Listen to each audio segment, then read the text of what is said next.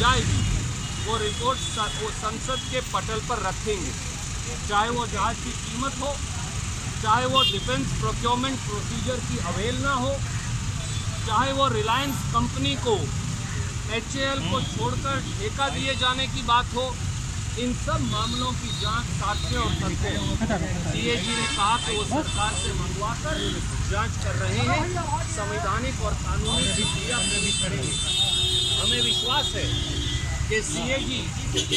जब सरकार की सब फाइलें आ जाएंगी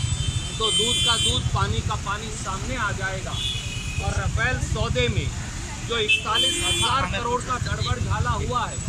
जिस प्रकार से 30,000 करोड़ का ठेका सरकारी कंपनी HAL से छीना गया है,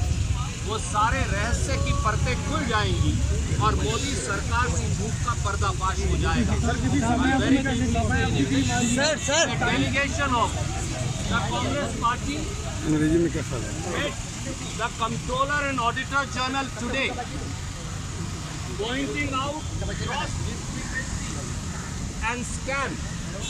in the 36 Rafale aircraft purchase.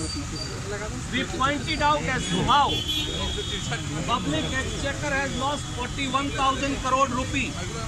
by the purchase of an aircraft which UPA was buying for 526 crore at the rate of 1,600.